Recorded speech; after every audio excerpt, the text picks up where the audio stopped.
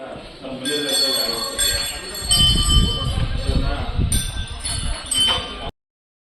ಎಲ್ಲರಿಗೂ ನಮಸ್ಕಾರ. ನಾನು ನಿಮ್ಮ ಸೋಲೋ ಟ್ರಾವೆಲರ್ ಶರತ್ ಮಾತಾಡ್ತಾ ಇರೋದು. ಇವತ್ತು ಕಪ್ಪಡಿ ಕ್ಷೇತ್ರದಲ್ಲಿ ಕಾವೇರಿ ನದಿ ತುಂಬಿ ಹರಿಯುವಂತಹ ದೃಶ್ಯನ ಇವತ್ತು ನಾನು ನಿಮಗೆ ತೋರಿಸ್ಕೊಡ್ತಾ ಇದ್ದೀನಿ. ಕೊನೆವರೆಗೂ ನೋಡಿ. ಜಸ್ಟ್ ಇದು 1 ನಿಮಿಷ ಅಷ್ಟೇ ವಿಡಿಯೋ ಇರೋದು.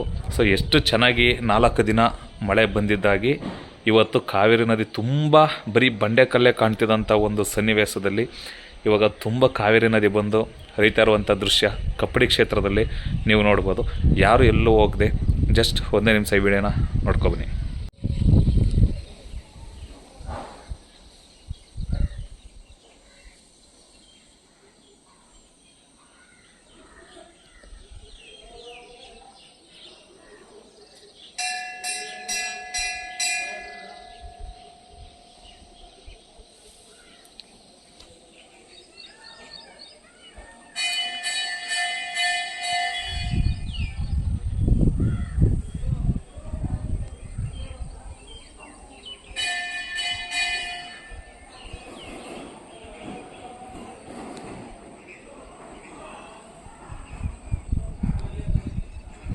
Video kan mau close lagi lah, ya.